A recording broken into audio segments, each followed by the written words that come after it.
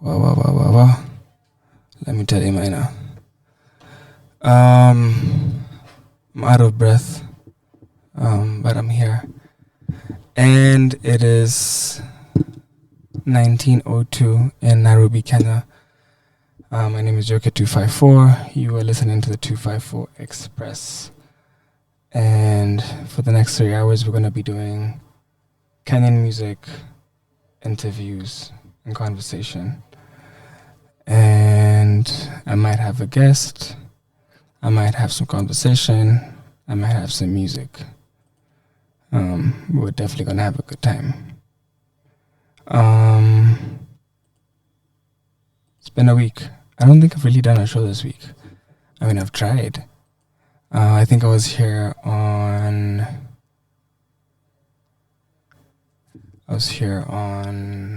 maybe Monday, maybe Tuesday.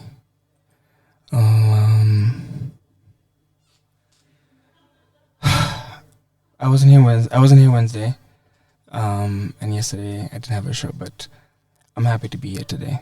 With whatever life is throwing my way, and whatever life is throwing your way, for some reason we're all somehow joined here together. The playlist is fire. I'm telling you, the playlist is super, super fire, if I do say so myself. But we have the OG in the house, and we just want to talk to him for a second, find out how he's doing, because it's good to check on your friends. Guys, check on your friends. Wamwe haki kwa nata tena huru. Kwani mimi sijisikii kwa hizi headphones zako? Naonanga umezeka kwa kichwa yako. I want ziko off. Ujisikii? Wala sijisikii. Sisikii. I can hear myself now. Can I tell you a weird thing about me? I cannot stand the sound of my own voice. Why? It makes no sense. Bro, like why should I be hearing myself? Because your voice is amazing. Okay, the one thing I've been really like hype about lately is the fact that there's only one joke here. One joke. Oh, one joke here. One joke here. Mm. You can't make another me. It's can't. impossible. Even if you atana dawa, ata ukifanya nini, like there's only one Gikonyo. Yeah, sure. There's only one Tatanyax. Like everybody is a one of one. Like hakuna msana za come akwe wewe. It doesn't matter how hard they try. Sure. Like insa shida inakuanga ni sawa ni wewe, alafu utadu. Sasa usiwe ni wewe. Okay, so mimi wewe ni wewe. Utadu. Wewe tutadu. Kumaanisha like okay, no, but mimi hakuna kitu utadu. Lazima utafanya kitu juu. Imagine you have power by being the fact that you're you. And there's only one you. So like what do you do about it? Put your best out there. What you do best. Put it out there. You do it in the maximum way you can. Basically that's it. Yeah. Wacha nikuulize. Nilisikia ukisema watu uliacha drugs. Sijakata vijana tuache mihadarati. But kuna movie fulani kuna cheki. Mse fulani akasema be afraid of that thing that makes you calm. Unanielewa? Like ile kitu inakufanya uko na peace.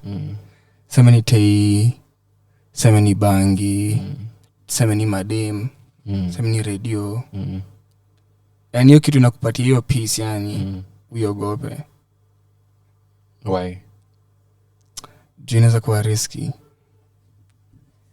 Sasa tuachana na life juu vitu zingine zinatupanga calmness, you know. Bro, lakini kama imagine ukizoea calmness. Do you imagine hakuna ati najua hiyo kitu kupatia calmness. Udhani ni risky kwa hiyo place? Sidhani. Kwa nini? Kwangu sidhani yenye nipeanga peace na calmness, sidhani ni risky. Okay. So unanifanyia nikuwe curious. Nini nakupatia peace na calmness? Ni nini nakupatia yani unasikia here am. Wacha vilizi ma clouds ziko. Ni wapi unasikia uko kwa clouds wewe? As in high ama calmness? Wewe chagua ile kitu. Unanipeleka high. Niacha battery. The world is your oyster, Gikonyo. Sure. Calmness. Calmness at this point in my life, it's radio. Kwa nini? Because it gives me peace. It's something that I love doing. And those 3 hours that I'm on here, the calmness that I have, you guys don't have no idea. Can I ask you a question? Yeah? Does it have anything to do with the fact that you're good at it? No. No. And that you know that you're good at it, and other people tell you that you're good at it. Like, does that... It somehow must encourage you. Because I'm curious. You don't complain about having to get here. And, sorry, not sorry. Fuck it. Maybe someone listens, or someone doesn't listen. I'm not here to make you happy. But, like, there's many people who be like, it's raining. Or, how comes... My brother loves cigarettes. Me, I love bangi. My brother will do anything to get a cigarette. Me, I'll be in Kilifi, I'll be in Lamu, I will get bangi. So I feel like for you, like, would you do anything to have this, to be able to do what you're doing? For life. Regardless of how hard it is. How hard? Kwako fair ni kitu kubwa? Fair? Best yako alinikula fair. Best yangu mgani? Aki nitafanya thread siku moja udi matalia. Fucking hell. Best yangu mgani? Fair. Fuck. And I have the M-Pesa message to prove it. I'm curious. Alinikula fair. Gani huyo? Anyway, we'll talk about it another day. Today is about Mao. But I guess how comes fair? Because you see, sasa ingine Derek kunipigia mashindano. Namwambia Derek, imagine mimi nafikiria hiyo rent alipa hii mwezi nitapata wapi? Wewe unaniambia sijui ati pliers. So nataka nitoke mali niko, mali nasaka do nikuje nikutafutie pliers. Bro, fuliza ama tumia hustler fund ufanye kitu haraka. Nakana. Unavenye Derek kukusumbua. Hivyo ndo nasimanga mamangu na shosho yangu. Sasa kuna dem, make sure niko na fair. So kuna dem fulani niko nampenda. Niko nataka apatiane hata hiyo $1 yani. Siku nataka mingi. Can you just give $1? Na kwake kuna hata hiyo $1 ni ngumu apatie. Lakini kuna msatona, I feel like it's beyond mimi naweza sema ni kujituma. Kujituma. By the way, kuna mtu alikuwa msha leo asubuhi asema ndo job. Yenda job. So wewe ulijua kuna time fine nafa kwenda job. Kajipanga. Kapanga show. I feel like yendo kitu nafa kutichwa vijana kujituma sababu utaomoka leo. Vijana wagani? Wote? Wagani? Worldwide, bro. Hawataki hivyo. Bro, hatuwezi omoka leo. Wataka vitu za haraka. Ikosha hatuwezi omoka leo. Mimi niko sure ukistiki na kenye unafanya utaomoka. Sure. Nakwambia kwa nini? Ule msela alikuwa anafanya ngoma na yeye side by side. Nikifanya ngoma mimi ni naiboy. Wallahi. Mimi niliacha ngoma naiboy akuquit. Atakwambia. So imagine ningeendelea na ngoma kama singe quit mali ingekuwa. The difference ni mimi niliquit yake endelea. Ukidecide kukwama na kitu bro, huwezi enda loss. Hata kama unasema umekoma na fish, unasema utauza fish. Season 2 za kuchapa, lakini ya 3 utaumia tena. Utagrow. But it's not easy. It's not easy though. But what the fuck is easy, Gikonyo? Unataka vitu easy. Kama nini? So too easy. Nini ni easy Gikonyo? Mimi sijui kitu easy. We love easy things. Wataka leo akuja hapa, kesho wameanza kulipwa. Can I give you a good stupid scenario? Kuna boys wangu tukiwa high school. Tulikuwa nataka madem. Ilikuwa nataka madem mbaya. So era zetu madem walikuanga village market. So sisi tulikuwa nanga Friday tunaenda village market. Matime kama hizi. Sisi tunarauka tunaenda village market. Tutapata madem nini. Form, to be very honest, ilikuwa kutafuta madem. Hakukuwa kitu kingine village market. Either umeenda na dem ama unatafuta madem. So kuna boys wangu fulani ametafuta dem akapata. Udem aka-agree kumpatia head village market. Amepata na hiyo dem anasema wewe nimekunoki, wewe uko sawa, wewe kama nikunyonya.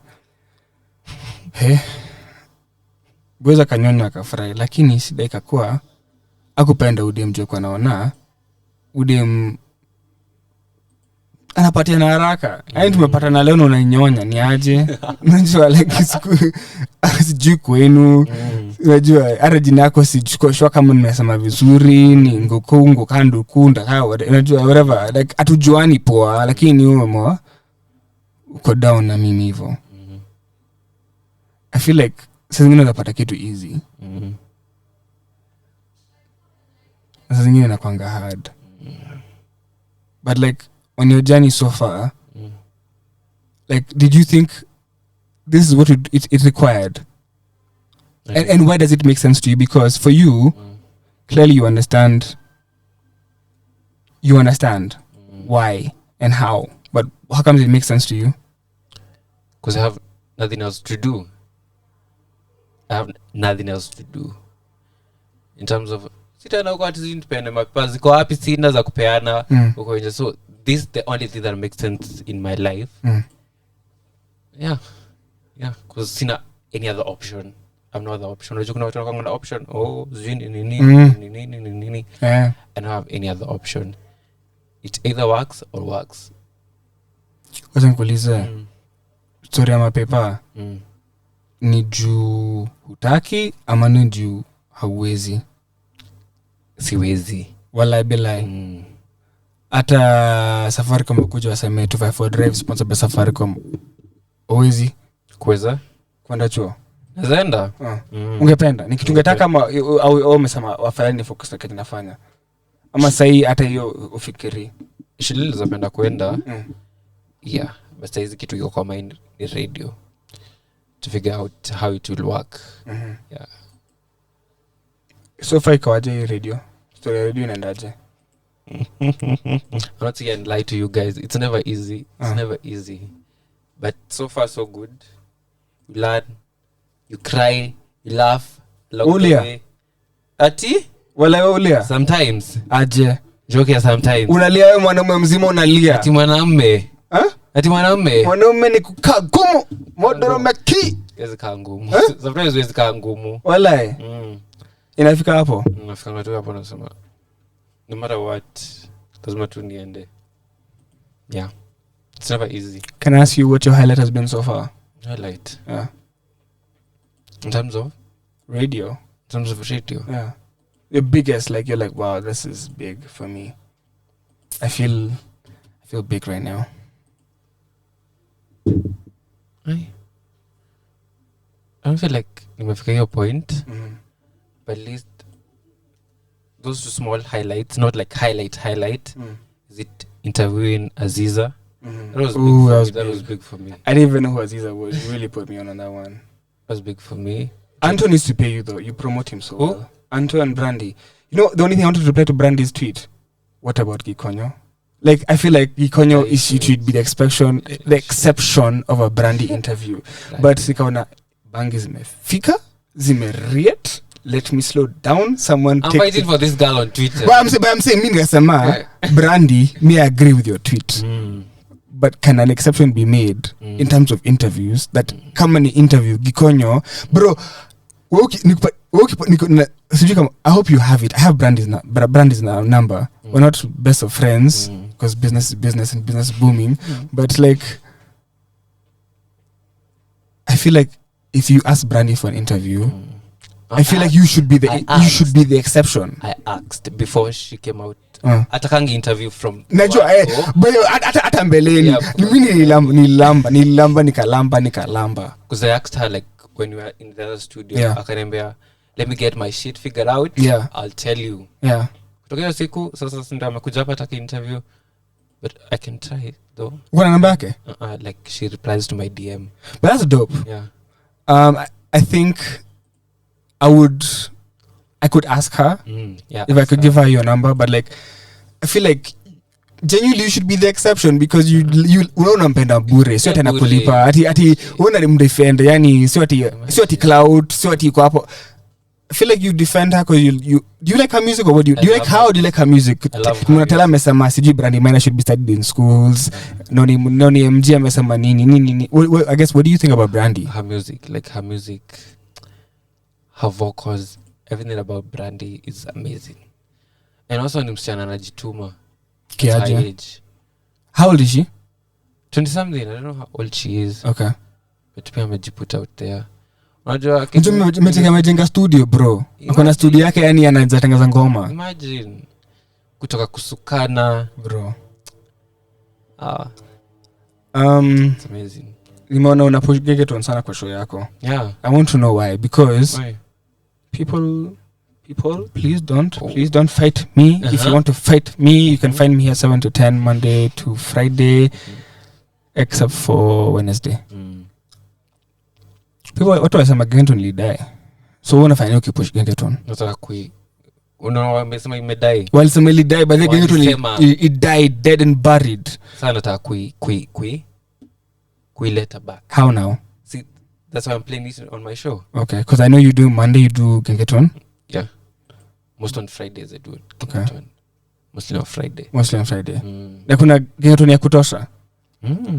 Kunayo. Genres gani zingine ziko? Unajua tu Gengeton. Walai.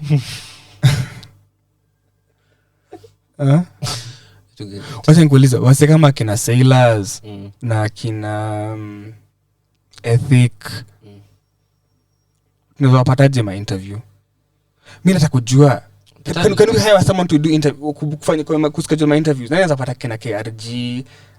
Shida yetu ni tunawataka lakini hatujui kuwapata. So how do we get them? I'm always helped. Walai. But that co-host was here. Kanini? No, the other one. Justy. The other one who I had. Matilda. Yeah. Matilda is amazing. Yeah, she's amazing. She is. Nimemuuliza tusaidie na job fulani lakini sijui kama amekushow lakini I think we need help and I think she can help us and the station but mimi najaribu. Ungependa kusema nini inspirational tukifunga ika link ika segment? Just be kind. Nani alikuwa hard kikonyo? Nani alikuwa hard? Hakuna tu many hard. Una sound hard sana. Am I? Yeah. Na nani? Sijui. Just be kind. You don't know what your is going through. So kileta stress zako, uanza kunitusi. Najuka nimebeba kwa kichwa. Make life easier for others. When you're not doing radio, what do you do? Me? What do you enjoy doing? What do I enjoy doing? When you're not doing radio? Everything about me is radio. I'm either researching, I'm either making a playlist. Okay. Yeah. Kama manifestation kamoja kabla tufunge hii ka chapter ni gani? Unataka kumanifest nani ama nini? Mimi na manifest 2 brands. Do you know I have like a list? Niliandika taja wataje. Kenya King. Okay. Smirnoff. Okay. Tusker. Yes. Samsung. Yes. Oppo. Yes, daddy. Umeanza kupush it. Like yeah, I would love to work with brands like on my show. Okay. Yeah. Unaweza hack? Kuhack. Walai. Can you do it? Yeah. Can you really do it? Why not? Okay. I'm the best. So manifesting brands. Hii mambo ya co-host kila siku unatafuta umeboeka ama ni kujupatia psych umechoka na ready umeona afadhali ujisex na watu wengine what's going on? I feel like I need like a co-host. For real? Yeah, like for real. Like consistently or so often? Like on a Friday, mtu tunakuja tunachill na yeye, not like every day. Every day. Watanichokesha. Kuna kitu interns wamekuwa makiniambia from time na I believe. Wanasema upendangi promo. My interns have always complained to me on the side, Gikonyo doesn't like when we come in the room. That's Mordecai. No, I'm just so confused because I'm like, Gikonyo is the sweetest. I'm like, mina kutetea. And then my interns are like, we're trying. And maybe. Hey, I'm wondering. Mordecai. That's Mordecai. Mi sitaji majina. Mi nataja junajua ni yeye because we had like a something. What yawning is had is yawning's business. But okay, so do you like promo or like because my biggest thing is how do we make the show bigger? Like how do we make more people know how great the show is or what they're missing out on without capturing it? Is there another way? Because I don't know. I'm going to find a show pale Tao. We should. Audion live 254 Drive live pale Tao. Banners. You should listen to Radio 254. Please, you're triggering me. Banners and the person who could let me fair. Where I'm still hurting. I want to know about this. Hakuna break. Hakuna break. I guess. So, guys. 5,254. 5,000. Anishi Tigoni. Okay. Tigoni. Ni mtu najua? Very well. Alinikula fair. Mtu anishi Tigoni na mjua? Me. Yeah. Okay. Unajua watu wa Tigoni, watu najua ni mdem. Ni mweupe. Sijui, I don't judge. Ulikuwa unajudge hapa kwa yako. Ai, nitajua tu ni nani. So unatuachia ni inspiration gani? Tupatie kama motivation. Si nimewambia. Mimi nataka tu watu wakwe kind. Kuna gigs mingi zina happen. Which one gigs? Which would you recommend? Ungeenda DSF unaenda ama ujui DSF? Hizo ni what? Sijui. Hizo ni Makizamani babies. Folk what? Folk fusion, yeah. Njerea. Bensol. Irish. Yeah. Sasa nitafutia tickets. Mimi sasa nini sasa unajua what I'm just saying. Mimi najua nafuliza na Hustler Fund. Sasa ufulize uambie hivyo. Ticket ni how much? Sijui ni how much. Mimi nakwenda kuwa na penzi. Ticket ni 500. Penzi. Yeah. 500 na perform Sunday. Lazima niende. Lazima uende. Bwana tuwakilishe Resist Radio 254. Please aki tuende. Nani? Wote. Yeah. Kama wanipenda. Penda nunulizeze. Zeze. Okay, so tufanyie what? Give us some motivation. Motivation. Inspire us. Like inspire. Just be kind out there. There's no being kind out there. Mrs. Do inspiration. Atafuta kwa akili yako mahali. Be you. Do you. No. Do what you love. No. That's the no. And I don't have at this point. Wasanii wanasikianga wakiwa kwa nini? Yes. Kwa interview. Unashinda mbona afanye nini? Okay, so we'll be right back. You will be right back.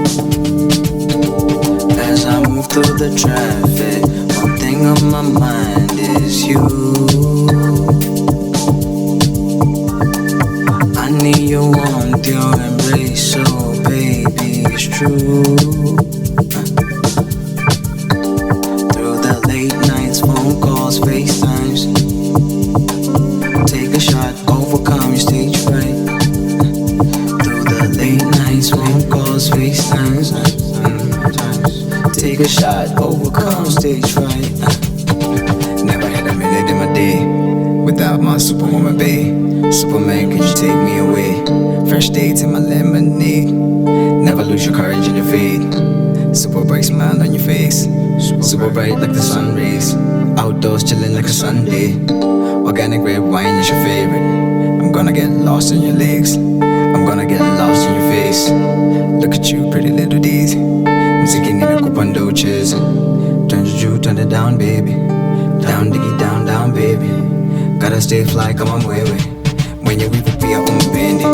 You're better than that, you're amazing. Moto kama pasi ya baby. Moto kama kuni ya kaseme. Landscape views looking crazy. Got a reason to be grateful like daily. You're my reason to be grateful like daily. Got a reason to be grateful like daily. Baby, crazy. Yeah.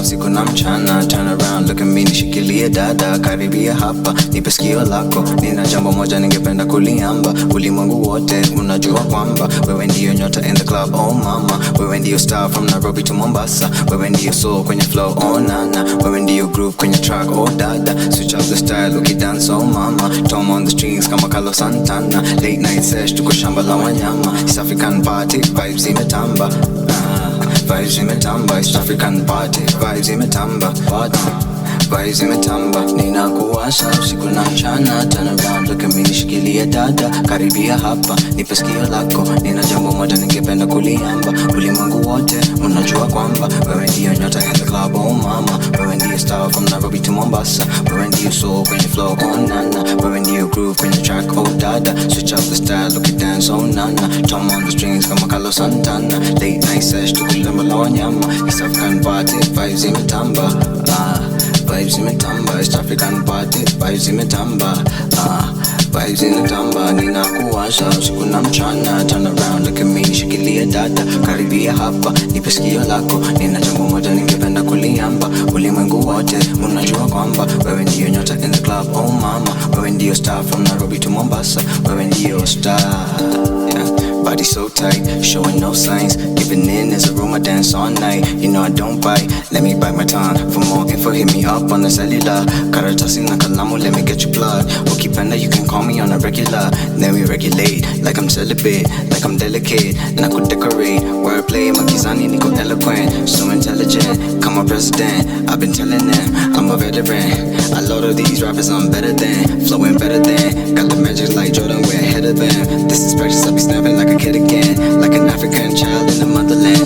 Look for you in the crowd, baby, for me in the sound, and for me in the sound, cause you know I got the sound, and for me in the sound, cause you know I got the sound, cause you know I got the sound, cause you know I got the sound and the melody. Look for me in the sound and the melody. I'll be telling them, I'm a veteran, flowing better than a couple of these rappers, I'm ahead of them.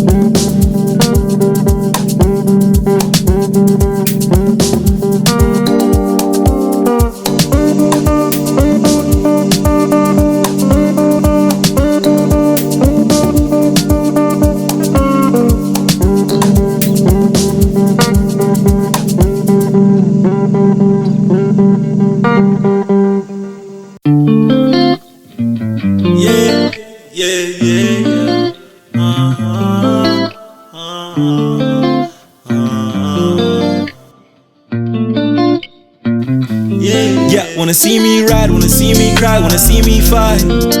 Oh nah, no nah. Bet you gon' see me ride, you gon' see me thrive, you gon' see me rise. Oh Lord, oh Lord, oh Lord. Bet you gon' see me roll, bands you gon' see me blow. Mask in the booth all day, see me face no case when we hitting up roads. Shosh na marasu big, so a cool no breaks when we get in that door. Charge need foreign place, ni mazishi now when everyone goes. Bet you gon' see me roll, bands you gon' see me blow. Mask in the booth all day, see me face no case when we hitting up roads. Shosh na marasu big, so a cool no breaks when we get in that door. Charge need foreign place, ni mazishi now when everyone goes. Shawty, oh shawty, oh shawty. Shawty, you know I'm the one and there's nobody before me. Shawty, I know you into me, I know you adore me. Shawty, I know that you saw me, you got my number, just call me. Like what it do. Don't judge my phone, nigga, do lo. Oh, you got a boyfriend, never no. Now you acting so brand new, no. Manzi, you lay bad and she bougie. Pedi Ali Tuma, Izzo's hands knock on duty. Squad you turn on girls from some fans to them groupies. Jiggy Zik around, Zicky bounce, then I'm Gucci. Gina Lake Molly, so she checking out my Louis. You a bad bitch, now Kweli see my tusi. Bukla na mambogi, Buddha Bado on his Stewie. Right pocket to Lulu and my left pocket a Tuli. Yeah, wanna see me ride, wanna see me cry, wanna see me fight. Oh nah, no nah. Bet you gon' see me ride, you gon' see me thrive, you gon' see me rise. Oh Lord. Bet you gon' see me roll, bands you gon' see me blow. Mask in the booth all day, see me face no case when we hitting up roads. Shosh na marasu big, so a cool no breaks when we get in that door.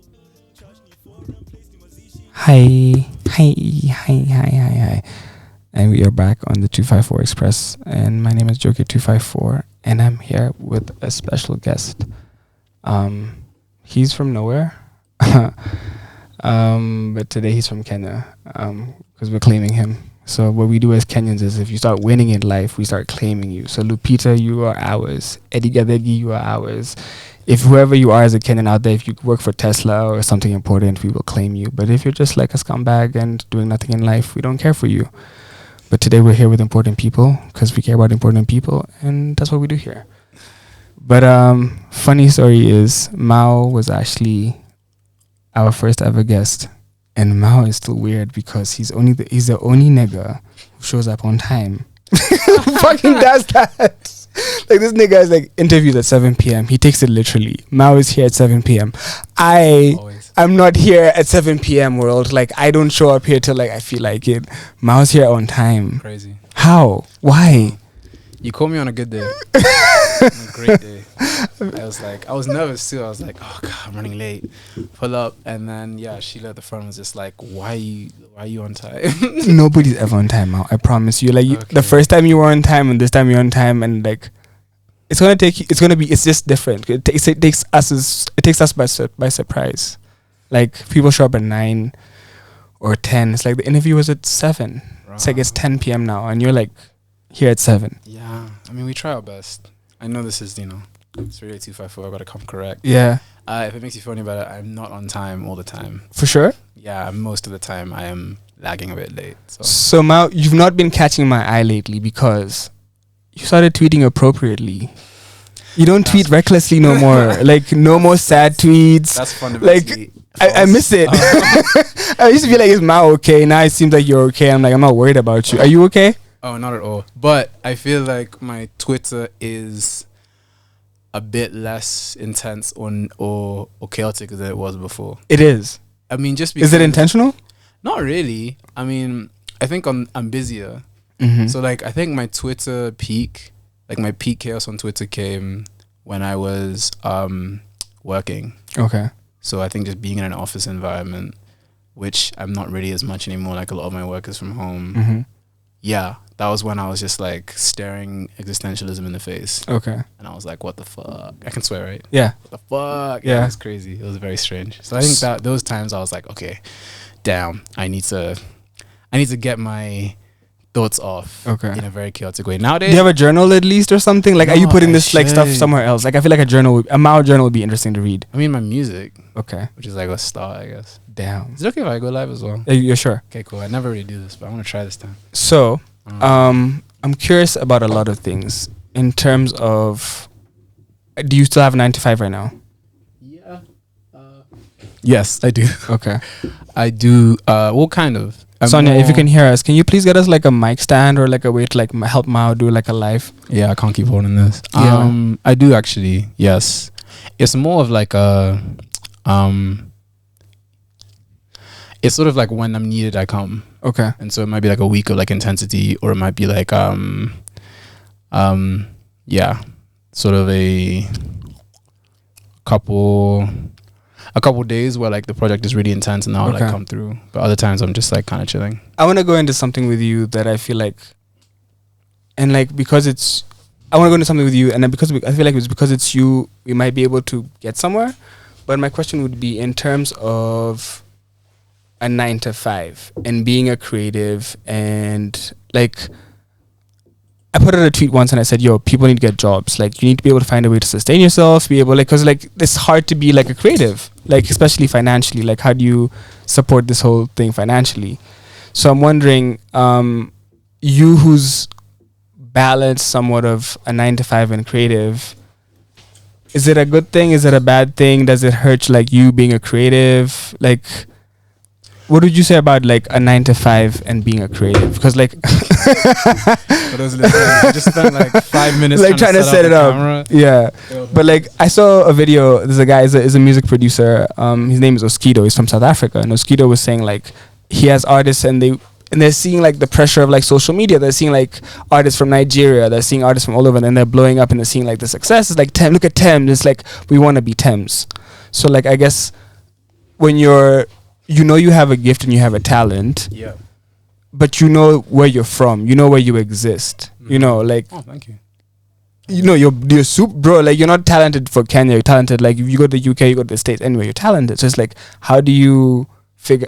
Like, how do you balance? Okay, I know I'm creative, but I know I can't sustain myself as a creative in Kenya. Or is that even wrong for me to state? Because I'm talking about like the balancing of like a 9 to 5 and being a creative.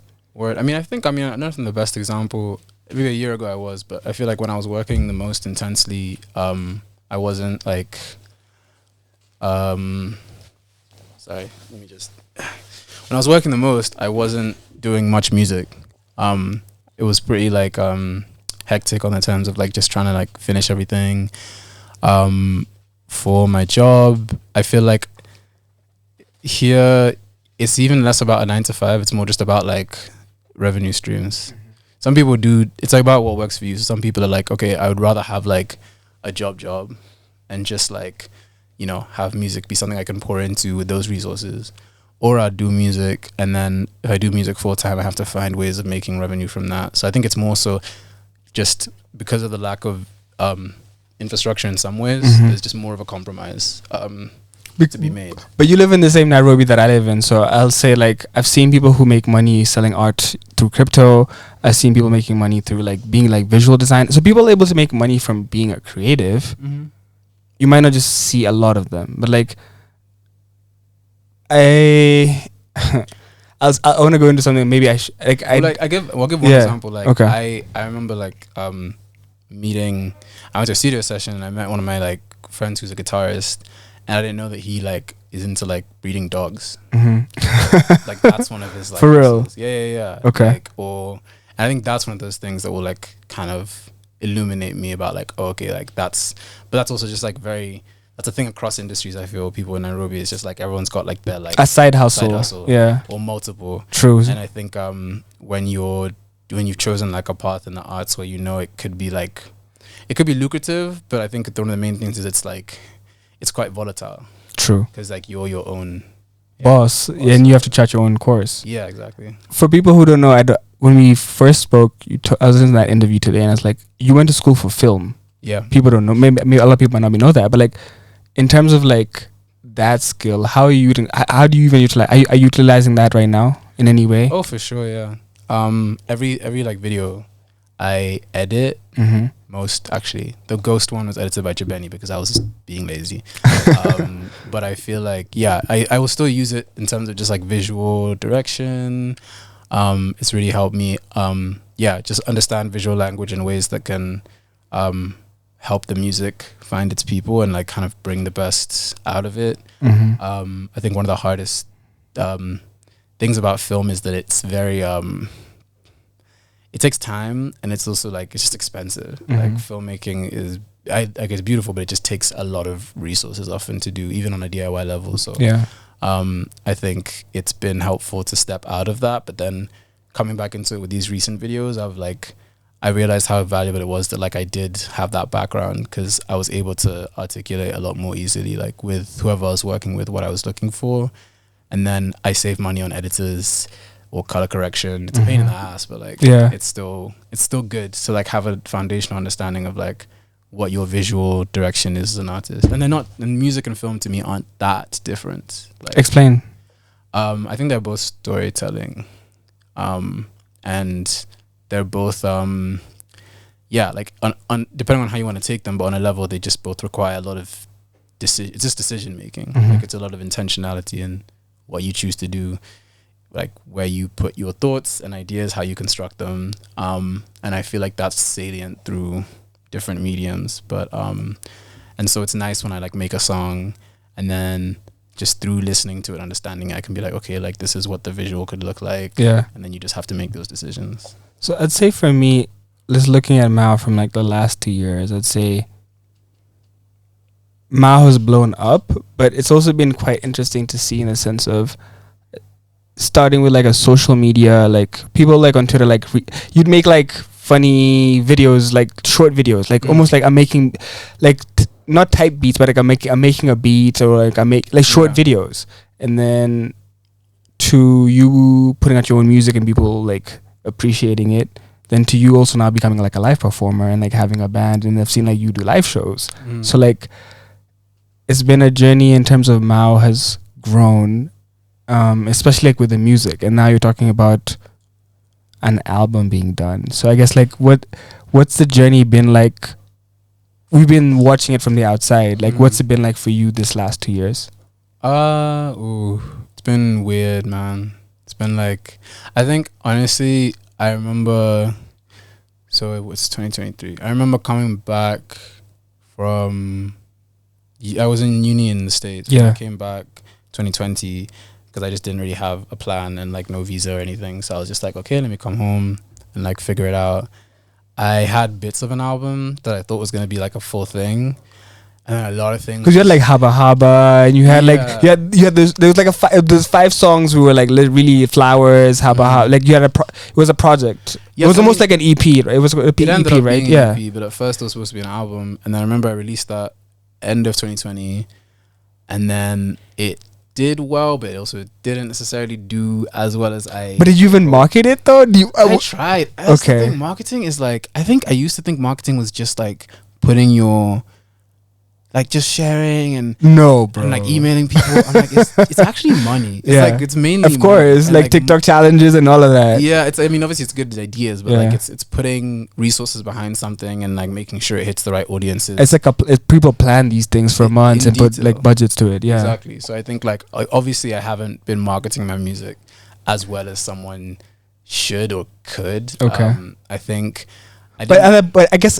Can you be blamed because at that point for you were in a transition where you're like, I just finished school, I'm trying to figure out, like you were not really looking at music as this is my future. Am I wrong by saying that? Like, yes and no. I feel like I've always been scared to actually say to myself like, oh, I want to do like, I want to be a musician full time. I want to be an artist in that way. I feel like music started out as like a kind of healing space and escapism. Yeah.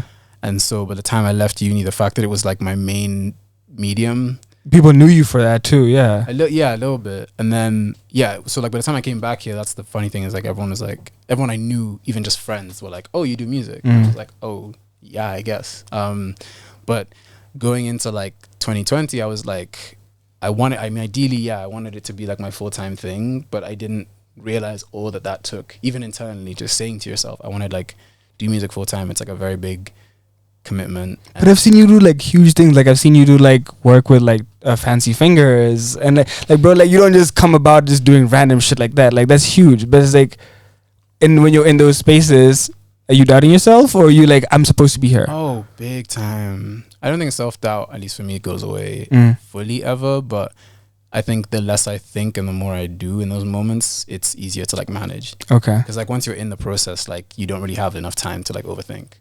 But like when I get there, like for example, when I first, like with the Fancy Fingers, with like Polycarp's project, I remember getting there the first day and I was so overwhelmed.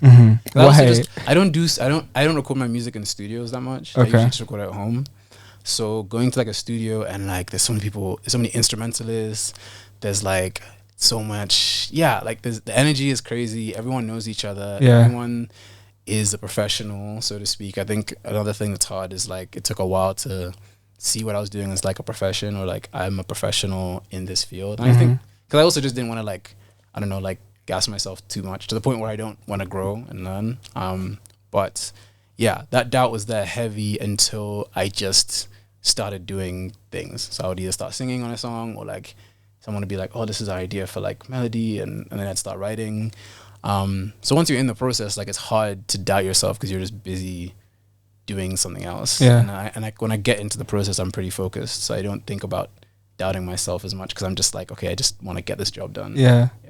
So I remember like in October 2020 when we had the first like golfing concert, we're like, yo, Mao, can you perform? And like you weren't ready to perform at that point. And then a year later, I loved the fact that like you started performing in different spaces. How's performing been? Like, especially like you have this, I feel like people love Mao. Like I'll say almost like a cult following of like Mao fans.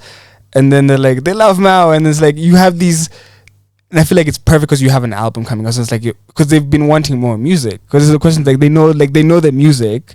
Like they know the music you've given out so far. So it's like, how is performing the music and like that experience and seeing different audiences, performing in different places? Like what is performing like for you? Because now performing means you're getting paid. Now you're like in the business of it, right? Getting paid. That's tough. Okay, I will say this. Performing has been really great because it like brings the music outside of just you. I remember coming to, I used to do hella shows in New York, and it was just me and my DJ at the time. And some shows would be like a full house. Some shows would be like 3 people who came. And you can handle like a 3 people, like you'll still keep performing, like you're not like bummed out. I feel like, I mean, and the one thing I try to just do, and like it's humbling, but it's necessary, is just like if you're there to do something, like do it to the best of your abilities. Everything's like practice. Yeah. So even if the show was like 4 people, I'd be like, okay, how can I do the best show for these 4 people, so that even they leave and they're like, oh, actually, like I like this music, I want to investigate this artist and see what's up. I think what was the biggest shift here was like, I remember talking to Polycarp actually, and he was just like, he kind of terrified me because he was just like, yeah, like Kenyans love live music, but like, yeah, they love live music, so you can't do like the same DJ setup. Like an open mic setup kind of. Yeah, like you kind of like, if you're gonna come correct, like you should like bring instrumentation into it in a much bigger way. And I was like, oh shit, okay, like let me. So for a while. So how do you find the big steppers, Mao? The soft steppers. Okay, it was big steppers and then soft steppers. So how did it was moderate steppers? It was big steppers at some point. I'm pretty sure it was not big steppers. I swear to God. For sure. There was no. Okay. Crossover, copyright. You're not trying to get sued. It was not trying to get sued. But it was what was I gonna say? So like, yeah, I didn't perform for a while, and I was really I'm really bad at asking for help. So aren't we all like bad at asking for help? Yeah, but like I'm bad. Like no. I had people who were like saying like I want to play with you, and I was like, in my head I was just like, nah, that's a lie. Until like they had to like approach me at like a sober like something, just be like, yo, like by the way, or at least until I knew that like, okay, I have a show coming up, I have to hit people up now and be like, hey, like let's, until like it's real or like legit enough, right? Exactly. Okay. And so I would start, I think when I first did shows here, like I was Lucarito was the first one I kind of was working with, and he was like really helpful in like trying to just kind of help me get my confidence back as a performer.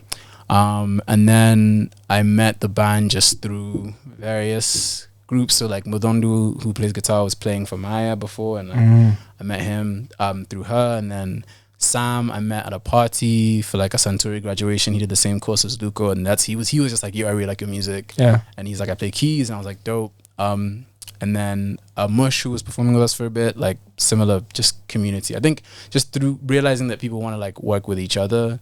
And then Josh, I met through how the fuck did I meet Josh? Jerry, actually. Okay. Josh Nyethe, right? Yeah. Okay, he's dope. He's phenomenal. And then Pilo, who's like a vocalist, like literally was just like, you guys have a background vocalist? And I was like, no. And I was like, I never thought about that. Pilo from she has a platform, eCulture. What's it called? Yeah. Okay. Yeah. And so like, actually I think it's called Affriative. Affriative. Yeah. Okay. It came together pretty easily, but I think it's like everything. So the biggest challenge I think is like trying to manage costs and just like, because rehearsals, I'd be stressed about rehearsals. Like, do we even have rehearsal spaces? Where would you rehearse? If you have a gig, where would you go rehearse, and how much would that cost you? So like that's like now, for example, we've jumped from like different spaces. Like when we first started, I think we first met like in my apartment, and it was just like, I hear house parties happen there. No, they don't. I hear house parties happen there. But yeah, we first met in my apartment. It was way too crowded, and then we barely got anything done. And then Pilo let us rehearse at her house for a bit, and then we found and then like we rehearsed at the studio Josh was working at the time, and then we finally found our place now, which is Gig Dynamics, which is where like a lot of people rehearse. Yeah. And it's one of those things that like, there's no, if you Google, obviously you'll find different options, but you have to just talk to other musicians and be like, where do you like rehearsing? And then they'll be like, oh, like I'm used to this space. And you're just like, okay, cool. So now the name is Mao and the Mao from Soft Steppers. Soft Steppers. I won't even lie, like I did it, the reason I named the band at first was just because I feel like it would look cool on a flyer. Okay. I was like, oh, like if it's so and so and this. Yeah. No, and nobody's ever done that out here, for real. Yeah, I mean, it was cool to like, I mean, I hadn't seen it. I'd never seen that shit ever.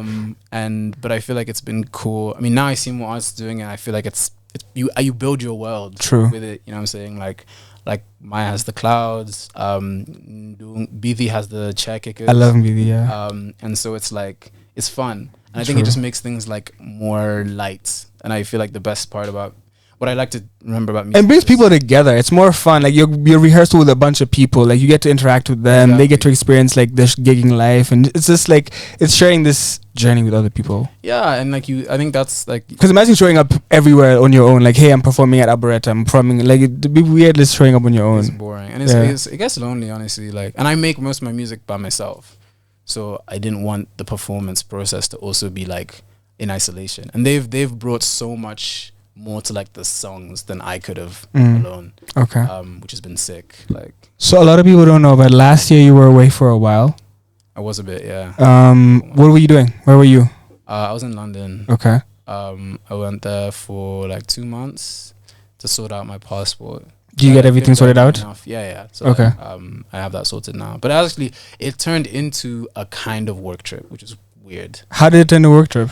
I just had met, like, there were some artists there that I knew, or like I had gotten to know a little bit, and then I have some friends who, like, I mean, one connection, for example, was like Maui Moon, who's based in UG. Like, his manager lives in London. Okay. And so like when I met him at like a party, like the second day there, he was like, oh, you should like get into these writing sessions. And so I had like a couple sessions with artists. I got to like do random, like a lot more investigating the industry than I thought, which was cool. So someone said something interesting to me, and I thought that was an interesting scenario, and I wonder where you're at now. So a little birdie was like, Miles, like in an interesting scenario where he's like, he's deciding he could easily go out there and like work in an industry that's established, or he could come back home and build the industry. And I thought that was interesting in the sense of like, I guess for you, like, I guess the world being oyster right now, where like your music, people gravitate to your music, whether it's UK or here. Yeah. I've seen you go to Uganda and do shows. Like, I guess home for you right now, like even we see like Blinky and them, like there's so much appreciation out there. Blink can go to Ghana, Blink can go to New York, Blink can go to fucking New Mexico and do shows. I seen a nigga in New Mexico. Who the fuck? I've never been to New Mexico. Albuquerque, what the fuck? Like, but like, you know, like you could take this Mal brand anywhere. I guess, where do you feel that I want to go with? Yeah, where do you want to take? Because I feel like I want to talk about the album, but I'm trying to figure out, okay, we've had like Mal put out music, we've had Mal do performances, and then it's like, okay, if you do this for another 10 years, you're Sauti Soul. No, on God. If you do this, what year is it right now? 2023? In 2030, if you keep doing what you're doing right now, you'll be as big as Sauti Soul. Your fans are growing. You be bigger. Inshallah. Bigger. I'm saying bigger. So like, I guess you could do this, and you struggle with the rest of us, with promoters and whatever the fuck the game is. Or you could go, I guess, where are you at right now? Before we even get into like I'll be career wise. I will keep it a whole buck with you. Yeah, I think I need a change of pace for a bit. Okay. But I also don't see it as like either or. I think it's like, I think you can do both. I don't think the world is as disconnected as like it was as far as like having to make that concrete decision. I think in an ideal world I'd be able to have a foot in both camps, because it's sort of like, yeah, I don't really, I think part of even just like the idea of like nowhere, even though I, in hindsight, was because today I claimed you. Today I want you to be from Kenya, but you could. But when you go out there, you could be from everywhere. But I think that's no, I know you're. But you know what I'm saying, like, because I love the note from nowhere part, because you're from nowhere. I just think it doesn't have to be so concrete. I think like I'm very interested in building an audience out like in other spaces where I can. I'm also like really trying to nurture the audience here, and also like try and like be a part of what is like just like incredible like time where like the infrastructure is being built in a way that's also different and unique, and we have a lot of things we need to solve, but also like, bro, you've been to UG. How's UG in comparison to this? Because a lot of people who are listening right now haven't even been to UG.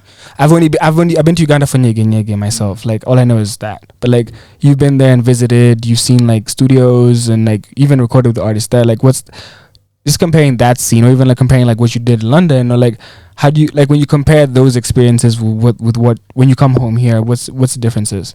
So I would say that UG is like, it kind of, I mean, the first time it like blew my mind. There's like so much happening and like so many like brilliant artists. I also think that like it's smaller obviously. So like that is a pro and a con, I think, when it comes to like elements of being able to like expand as an artist and like, I guess, do different shows. A lot of it is very like, self-started.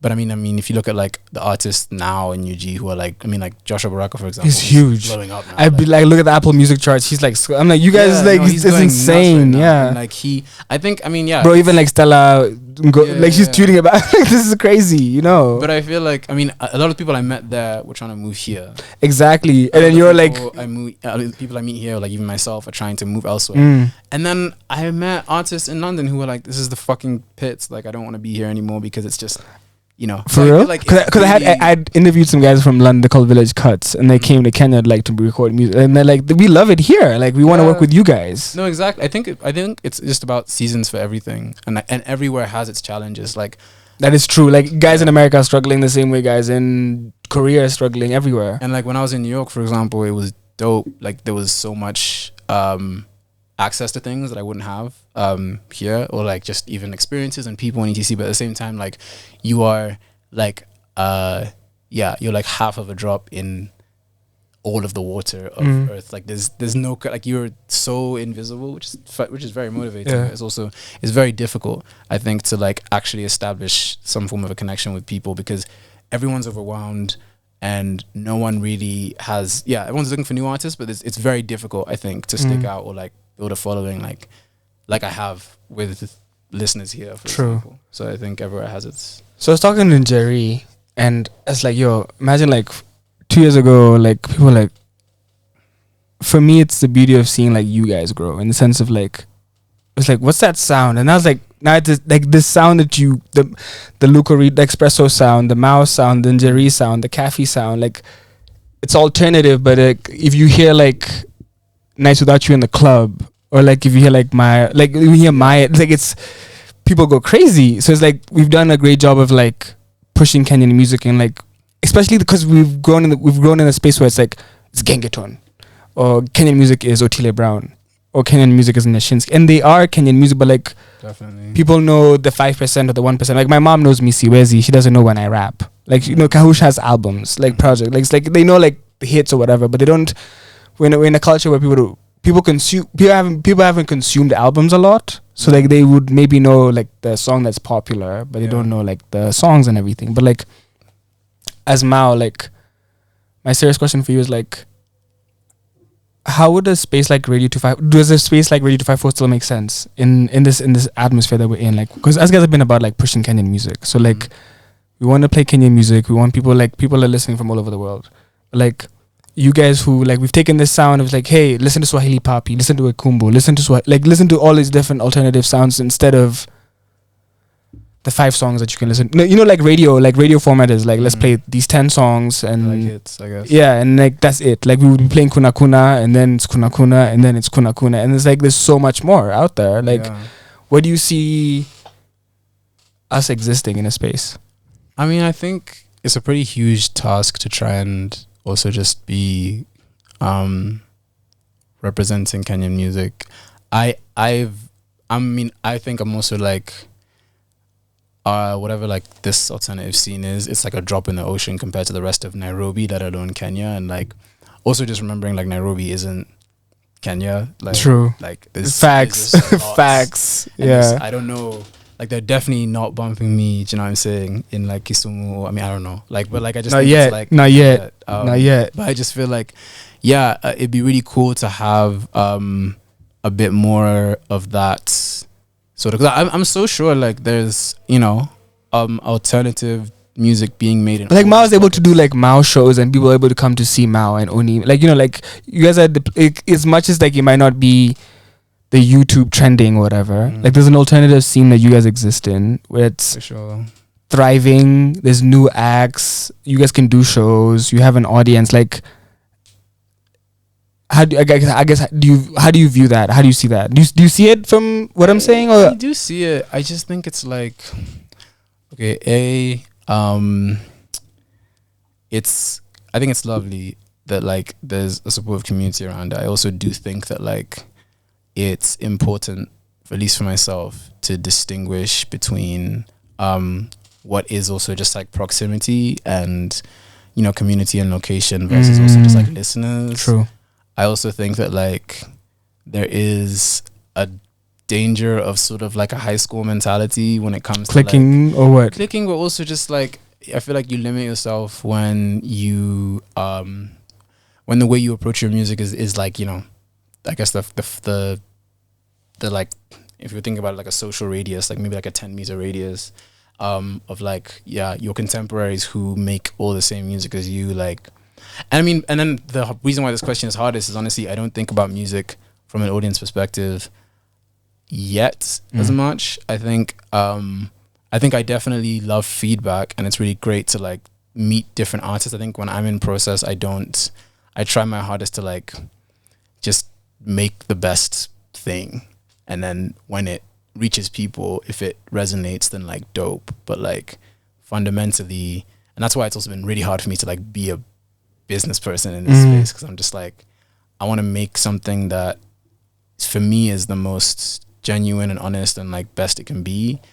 Now I have to also like reach people and make it marketable and make it a product and make it. So you're making your authentic music, and now you have to kind of like how do I sell this authentic music? Or like okay. How can I make it profitable? But I think I think to me I've always had the best success at, or rather fulfillment from this, when I'm not too conscious of how many people are paying attention. I think if anything.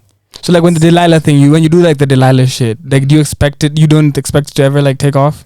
I mean, it would be cool, but like I made that for like my, I don't know, 11-year-old self more than I made it for like. Okay. Yeah, I wasn't thinking like, oh, my fans listen to indie music. Yeah. Make an indie cover to like get the indie niggas. I was just like, oh, like I actually would really like to cover this song because it's fun. True. and I loved this song when I was a kid, and I also would be. I also am having a conversation with a friend who was just like, "Don't do that song." I love the And I was 5 a.m. like, or the "Let me 4 try a.m. it." you did that oily bit shit too. I feel like that should have been a song or like some Hell fucking. no. I feel like that should have been. That was a dumb tweet. It was a dumb tweet, but it could have been a dope record. Like just for jokes. Oh my god. It would have been a dope record, Mao. Hell no. I can't do a diss track. Oh, come on. I don't have enough confidence to do a diss track. I have enough hatred in my heart, but that's for Twitter. I leave that off the music. I like to keep the music pure. So it's something that so I don't know anything about anything, but I was always like, yo, like I feel like Mao and Maya should date. Like I feel like Mao and Maya should date. Like I feel like the music it makes sense. Like you guys are friends. Would you ever date? Could you ever date? I know she has a boyfriend, but like I don't know. I don't know. Like, have you ever dated? Was it like never? We're friends. How do you do that? Like, Men and women being friends is pretty easy. You just for real? I mean, yeah, you just care about each other. You just be friends essentially. I don't think it has to be that complicated, but yeah. Also, like, yeah, I don't think it's a very necessary question. Okay, I'll skip that question. I just feel like we should focus on music. So with now music and like what you've been working on, you have an album coming out, right? Yeah. Do you have a date, or like you said you can see it? We can't see it, but you can see it. I guess what are you thinking about in terms of like what's your rollout or what's your plan for the album? So it's coming out April 14th. Okay, so you have a date. That's the confirmed date. Confirmed nice. Date, April 14th.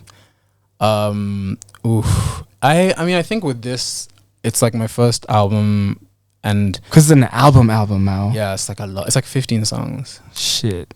It's literally just like it's like 3 years worth of different emotional phases I've been through, I guess. So you've been working on this for 2 to 3 years? Yeah. Okay. If I can think about like STL, which came out today. Yeah. Lol. This came out today. Yeah. That's why we're here. Go stream STL everywhere. Please. I wrote that. I mean, I made that song, the first iteration of it, in summer 2019. And the funny thing is that you produce. So like you, in terms of this album that you're putting out, because you've also said something that sometimes you'll produce, but then you have someone else like come back later, like work with you. Like in terms of production, what's the production? Who is the production primarily you on this album? Yeah. Everything. So everything except there's a song that I got additional production from a friend of mine. So he's like a featured artist, but his feature is like production. Nice. As opposed to like what's the name? Jay James. Okay, nice. Brilliant. If you're listening, Jay, we love you. So now he's featured on there, and he's a producer. He's featured as a producer, as an artist, or he's featured. It's like a producer artist. Oh, nice. Because so the song. So it's like Ma featuring JJ, but he's not vocal. His vocals are not there, but he's the producer. Exactly. That's dope. Which is I've never heard of that. But I think it should be. I mean, like it's like Ma featuring Hit Boy, or like Ma featuring whoever. Because I mean, I think or like Ma featuring Luca Rito, something like that. Yeah. Okay. Like because I produce as well, I think I don't differentiate that much as far as like the importance of the contribution. So as far as I'm concerned, if you've laid the drums, it's like as important as you laying a verse. It's true. So like in that sense, I'm like, okay, you featured on this. But I feel like you'd see it like that because you're a producer, so you get like producers would get that, but like an artist would be like, you just made beats, like you know. An artist might be like, you just made beats, you know. But like you as a producer, you're like on the J. Cole wave, where like you're like you understand, like I had to like come up with this melody, then I had to like play this, and then it's creative input. It deserves, I think, the same value, but it depends. I mean, some people just like to produce and they don't want to be involved on the artist side because they just want to. I think it really depends more on like how they approach it. Okay. Because he didn't ask to be featured. I was just like, that's way more cool for you. Like, do you ever see the J. Cole thing where J. Cole like found like he was uninspired? He looked for like a type beat. J. Cole was looking for a J. Cole type beat. Oh yeah. So he rapped over it, and then he told the producer, "Hey, here's the vocals on it. Put this on your YouTube channel. It's gonna like let it be on your YouTube channel for like forever." Oh, I didn't even know. That's cool. It's like it has 14 million views right now. But like it's like I like that. As a producer, you do a lot. Like you deserve that. I think I mean it's I think what I've been getting into a lot more as well is like, and it's hard because it's also not every producer's like this, but a lot of producers are now able to like create their own content that can build their own fan base outside of their placements. So like a lot of like the same way I started making like 1 minute song videos. Exactly, because that's how a lot of people got to like experience you and get to like be like, oh, we want more. Exactly. So like a lot of those producers like The Count or Kaylin Ellis or Luna Lee or whoever, like they got me into production a lot more because I could see their process. And then even like, you know, like flips, for example, like Luco. Yes, Basma has crazy flips too. Yeah, crazy flips too. Like, yeah, creating your own sort of lane to be able to express your your art. But I gotta say kudos to you, Mao, because you were successful with the clips, but then your own music also people like it's you could stay like some people like know you for covers and they like your covers, but then like you put out your own music. And like you put out video, but like you're very interesting. That people liked the clips you were making, but then even your music they loved even more. So like it was like kudos to you for that, because like it was like you transitioned very well in terms of being able to have the artistry, but also be your internet self. Like it worked very well for you. Thank you. We try. Yeah, it's been. I mean, it's. I think getting back into the release cycle was kind of hard because I love doing like the 1 minute songs, but I had to stop at a certain point because I realized like it's almost like if you're like directing this energy in a sort of current, like you'll have these people expect that of you too. Yeah, I guess people expect it, but then you only have a certain amount of energy. So like if it's going towards 1 minute songs, I realized like I actually could put some of these thoughts and time into longer term things for the album. Okay. That's kind of what I decided after London. I was like, okay, let me just focus on the album and stop making content. So last year, I think we got two. We got the Fireflies and we got Ghost. And our favorite songs. Okay. And then this year early in the year I got the I Like. And I really like I Like. Thank you. So I hit up Cam, I'm like, yo, have you heard this new man? She's like, yeah. And I'm like, dude, this is just crazy. Because it's very Kenyan, it's very fun, I like the sound, I enjoy it. It's a fun record. Thank you. Like, I really like I Like. And then I saw that you were dropping STL and I was like, okay, I'd love to figure out, okay, so we're hearing there's an album coming. I see you're with Platoon. Is that a thing you're able to talk about? Yeah, what's that situation like? So I just distribute with them. Okay. Very like they were just they found my music and they work with a hell of artists. Exactly, yeah. And I think they're just trying to, And I feel like they can really help with the marketing aspect, especially. I don't know if you guys they can really help with marketing, especially for the project. For sure, like I think it's also just nice to have, because I mean that back end stuff is not only just like a bit like takes time. It's also just like you have other people who are keeping your music in mind, and I think that like. For me, I mean, I've kind of had different phases. I've had management for parts, I've had not. But like right now, for this most recent release cycle, pretty much since I dropped Ghost, I've been managing myself. Okay. So it's like being in a space where I can have people who I know are like sort of also checking for me and like, I can talk to sometimes and they're trying to push the music. I think it really helps. It helps me at least like feel like there's less on my shoulders. Okay. Of the songs we've heard, is SCL the first one we're hearing that's going to be on the project, or any of the others? They're all going to be there. I mean, since Ghost. Yes. Okay, so Ghost, Firefly. No, okay. Ghost going forward. So okay. Ghost, I Like, and then now we have STL. Okay. Yeah. Do you have features on the project? Yes. Okay. I want to keep it a surprise. I'll just say that there's like there's a track that has like at least like 3-4 features. Okay. Rappers, 3 rappers and a singer. Okay. And some you may be familiar with, some you may not, but yeah, I'll keep it at that. I kind of want to keep this. I like that. So let me ask you something. You said rappers, and I asked myself, what's Mao? That's a good question. Because I'm not, and because my mind's like, oh, you said 3 rappers, and saying I'm already trying to figure out who is it, but then I was like, wait, does Mao count as a rapper? Does Mao count as, because our last interview, you're not a rapper, you're not a singer, you're an artist, but like I like that. Yes. No, that's what you said. Okay. May 2021. Okay. But I'm curious, like when you say, I guess when you've listened to this project, I guess where do you fit how would you define the sound of the music that you made for this project? And do you have a name? Yeah, so for the sound? So okay, I think what I'll say is I started out. I've always been, I guess singing was the first thing, just, you know, singing with like my mom or like in school or whatever. Like I always just liked singing, and then I got more into like poetry and rap in high school. I tend to have this unintentional formula of like a rap verse. I feel like it's like rap sing almost. Yeah. But I don't want to. No, it's all good. Like I think, I mean, even now, like I've had to really consider genre much more as I like try and market my music. And I think what I've realized is, I sort of use the umbrella of alternative to jump between different genres sometimes. Like, Okay. But it usually has like, I like to do both. There are some songs where I'm just singing. There are some songs where I mostly rap. But I think that, I'm always kind of like, why not just have a bit of both? And like, I think it's just about doing what feels right in the moment. So I try not to limit it too much, because then I'll start to like really focus. I have some moments where I'm like, oh shit, like I should do more rap songs, or like a friend will be like, oh, you should rap more, and I'll be like, okay, like I could, but like I don't. I think I'd rather just check in myself and see what comes up when I make the music. Yeah. Do you have a name for the genre? No. For the album. For the album. Fuck yeah! It's called The Universe Is Holding You. Ooh, tell us about that. Dramatic. Tell us about that. It's called So I guess the title came from a conversation I was having with my sister. Just over the phone.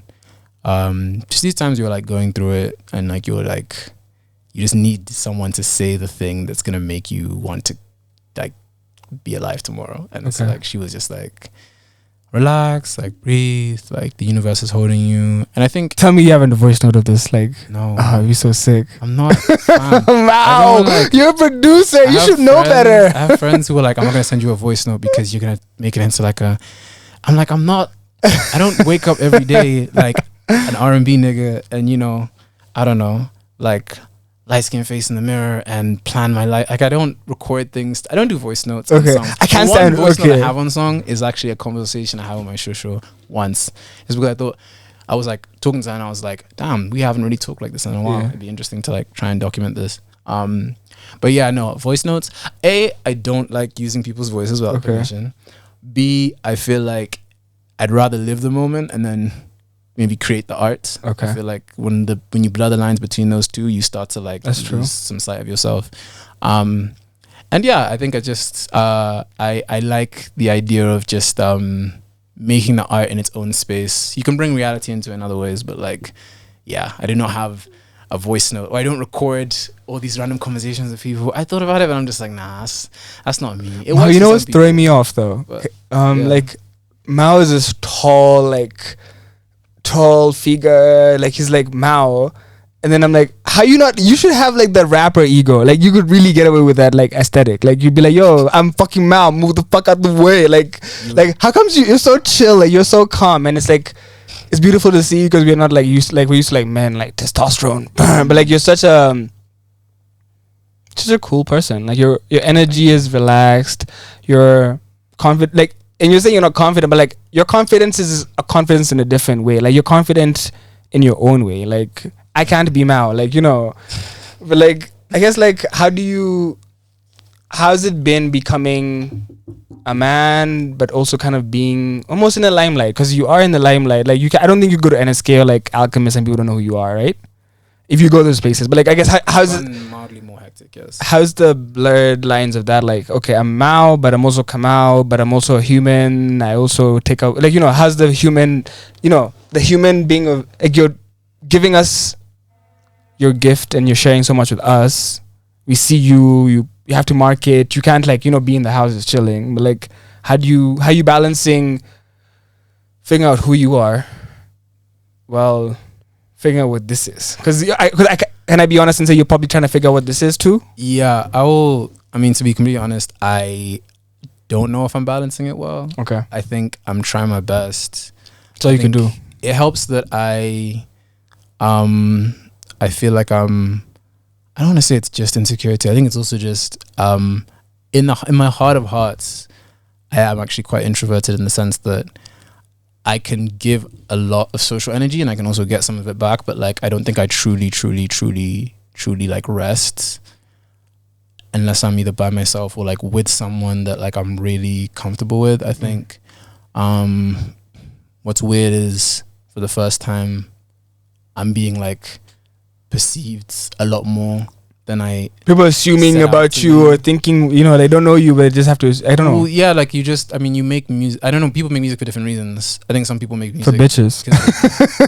for women. Some people make music because they want to get the attention of people. Some people make music because they want to, like, you know, be famous. Or I think for me, I just like it came from such a place of like urgency in the sense that like I actually, in the moment where I started making music, I just felt like I was gonna like explode if I didn't have a way to get how I was feeling out. And so now I'm in this weird place where it started to take form and structure and like people respond to it, but it's not like how I want to move through the world. It's just a part of what I express. And I think it helps that I have like family and friends that like keep me very grounded, and they're very like, you know, they care about me. So they ask about like how I'm doing outside of this. But I think what is tripping me out is like, yeah, engaging with people who know me as a musician, and then also just, I think I didn't realize that the music I'm making, because it's vulnerable, Because you're being emotional, yeah, and then it's also triggering us emotion. Like when I hear some of your music, I get goosebumps. So it's like you're making me feel emotional. So it's like you're listening. You know, like alcohol elicits, like, you know, you're eliciting, your music elicits emotion, which is like, I feel like priceless. Like, you know, like it's like you can listen to music, be like, oh, okay, that's cool. Like it's like oh wow, habits. I can listen to like, or like I'll hear like dog tales, or like I'll hear the music, and it's not just me, it's other people. Like I feel like people who like your music like the vulnerability and the authentic. So like too. That's what gets. That's why I like, or that's why I like your music. It's because you're authentic. Thank you. I mean, I think I realized that I couldn't. I don't think I can make music that's not about like I guess whatever I am, which is why like, I mean, people take the piss. I mean, I take the piss too about like how I make sad songs all the time. But honestly, I feel like those are the emotions that I have the best understanding of, just because when they're felt, like I need to make sense of them, or like they'll just like swallow me. And so, And do you struggle to like? Is it hard for you to share that, or is it? Because it's almost therapy. Like, is it easy or is it hard to share it? Like, or like how? Because forget that. Even like hearing it back, I could say it, but hearing it back, like today I was listening to like our interviews, like my voice, I can't sound my voice, like, you know, like, yeah, no, but like, so how do you even hear, like, now you see it's not just your voice, it's your voice with emotion. I feel like that's different. I don't know. Yeah, no, it's like, I think once the song is made, it's like, okay, frankly speaking, it's obviously like a coping mechanism. In other sense, it's also like you're beautifying something that is not necessarily inherently beautiful, or like it's actually quite painful. And being able to aestheticize that gives you some relief, but it's not the same as like expression. I think I'm vulnerable in my music. I think I have a long ways to go as far as being vulnerable as a person. And I think that like being able to separate those two is actually, to come back to your earlier question, a big thing that helps me be like myself as me and myself as an artist. I think in terms of interacting with people, what's weird sometimes is like people will identify with something that's very intense or vulnerable, like that you've said, and then they'll then kind of want to like, the next phase of that connection for them is being like, hey, oh my God, this hit me in this way. And I've had those moments, and like, I mean, it doesn't happen like all the time, but like when it does happen, it's nice. But then I also had to be careful with how much energy I was taking on, because people then come to you and they're like, oh, like, and they bring expectation too, though. Yeah, they bring the expectation, and they bring their like, I don't know, like their trauma, man. Just like, I obviously, like, you know, I love that I've been able to like give you that space, but I almost would, sometimes it's like, I would like if that space stayed in that space. Okay. Or maybe we found a way to connect when I'm in that space, yeah. Because even like, because like if you're out, you're not trying to be in that space, like, you know, and that's like I'm a Ivory, like this is a lot. Yeah, I mean, yeah, like it's, to me, like this is very much, as much as it's like my art, it's like I clock out. Like when I'm performing on stage, yeah, and like I get off and I'm clocked out. Yeah. I do not want to perform in my. You can't be Mao every time. Like you can't be a Fogo Guacho. Like, yo, Mao, you remember that time? It's like, I'm What just having sucks, I dinner. think what's hard is like I didn't realize that until very recently. Okay. That like I actually like I need, and not even I have, like I can, or like I have to turn off the part of me that wants to engage sometimes, or just still be able to share, because like it's very. I feel like that's a difficult balance, and I don't know what I cannot even imagine what it's like. I mean, it's tough. I think, I mean, recently I had a convo with my sister, and she was like, shout out one boy, like she was very much like, you know, you need to figure this out now. Like this is more important than your album coming out, because if you do want to succeed on this path, and you know, inshallah you do, it just means that this is going to get worse. Yeah. If you don't have exactly good internal boundaries. And so I think like that's actually been like one of my biggest things recently. It's just like trying to figure out, like be in my body and be like, okay, what do I need right now? And like, how can I have space from people? And like, how can I be okay with like disappointing people? Whether that's, because sometimes you have to say no, Mao. It's okay to say no. oh, big time. Yeah, you have to. No, yeah. For you especially, you know. Yeah, I'm trying. I'm curious. We talk about the album being called "The Universe Is Holding You," and I hear and I see like you have a great relationship with your sister, in the sense of like you're able to talk to her about what you're going through, and she's able to understand you. I'm curious. Are there other people who are able to understand you, in the sense of not for the music, not for aesthetics, but like, can you even date? Like, can you find someone who sees you for you, or can you even like? Oh my god, it's not even that crazy. I promise. Okay, like it's not that serious. Okay, so I hear you. You know what I'm saying though? Like, can you like sometimes I'm like, my problems, I'm bitching to someone about like my problems are not even problems, but to them they sound like they're not like are you able to express yourself? Like, because my problems are problems, they're valid. Like, are you able to express yourself to someone, or to be okay? I don't like this, and you don't have like, you know, you don't have to be nice, or like, you know, like, are you able to? Who's holding you? Who's able to hold you? Especially like when it's hard. I think because you tweet, but then that's not like no one like who can you actually be like, yo, I'm actually not okay, or like, can you, is there besides the I feel like the universe is too big, and it's I can't feel the universe holding me per se. Like, I want my girlfriend to like, I want to cry in her arms and be like, she'll be like, it's gonna be okay. I'm like, it's not gonna be okay, but like at least someone's holding me. Like, you know what I'm saying? The universe is too big. I mean, I think to me the universe was kind of just a way of saying that like, like you're my universe, I suppose, which is made up of people close to me, and like as well as forces beyond my control. But it's like, yeah, I mean, obviously, like I have family and really close friends who I think understand me and care about me deeply. And I think one of the biggest challenges, which is why I say the universe is holding you, I think is, to me, and a lot of it is trying to actually, it's not so much, it's equal parts like believing that, yeah, the universe is holding you, people are there for you, but I think it's also like allowing yourself to be held. That's the hard part for me. It's like, I think that's something I'm working on, and I think it's like it's gonna be like a lifelong process. I think it is for everyone in their own way, but I just think, yeah, like that's the harder part sometimes, is just like allowing yourself to kind of just like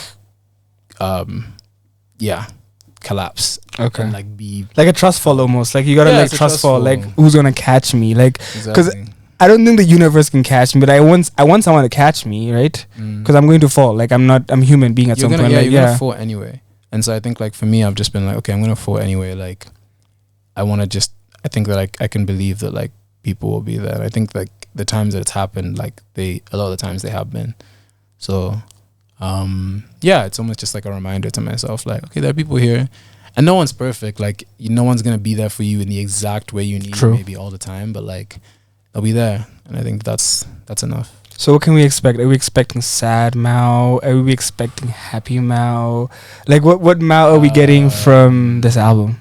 I'd say a bit of both. Okay. I'd say it's like, I won't lie, there are some sad cuts in there. But also, like, you know, Sheila's very happy right now. I feel like it doesn't have to be like black and white. Like, there are some really happy songs. I'd I think in general the mood is quite somber because it is a lot of the songs. And the reason why there's a through line, I suppose, they came at times where I felt like I needed to trust that there was something holding me. Okay. Which honestly doesn't tend to happen when you're happy because you're distracted. Like you're kind of just doing your thing. So I feel like the moments where I was like, fuck, okay, like I'm actually falling apart. How do I make sense of this? Could you say that these songs held you? Like Oh, yeah. in these times, definitely, could you say that? Definitely. Because I feel like that'd be super crazy. Definitely. I mean, yeah, that's kind of it. Like honestly, like they I still listen to them now. Okay. In different And you're able moments. to like just feel different. Yeah. Okay. It's kind of honoring that version of you. I feel like it's almost like a time capsule of like, this is where I was in this time. I don't know Exactly. if you could say that. Exactly. Okay. And I remember like when I listened to like STL, for example, like I literally like can feel like, I guess, like the space I was in when I made it. What does STL mean for the people listening right now? Or somebody to love. Okay. Yeah. It's a weird song. I wouldn't say it's like a pop breakup song. I don't know. I think it's just like it's like an emotional processing change song. So I feel like it came about at a time when I think something had just ended that was, yeah, I guess my first like serious relationship, like proper long term, like 2.5 years. And it was like trying to make sense of myself after that. Yeah, it was just like a process. And I think STL, I remember being a song that was just like allowing whatever feelings of distrust and fear and whatever to just like exist in the world. That's kind of where that came from. How do you find the courage to be open about what you're going through? Like do you, like, is it easy? I don't know. Like, is it like for you when you're saying, okay, this is, Yeah, is it hard or is it easy? it's hard. I just don't know how else to be. I feel like it would be harder if I wasn't like this. Do you have a therapist? We're working on it. I do. No, I do. I fired my therapist. I do, but there was like an issue with my. Why am I saying this on the radio? But yeah, we took a break and we're coming back. Okay. But yeah, But of like, course, that's could really you- important. Therapy session versus a song. What's the difference? I mean, a song is still art, you know. Like it's still like I have to like.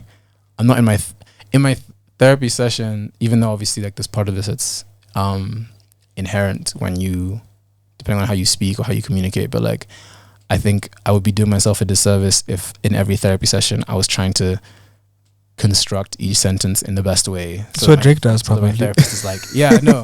So my therapist is like, oh, that's a bar. Break like, down these bars. Yeah, you could be Yeah. breaking down bars with your I therapist. don't know.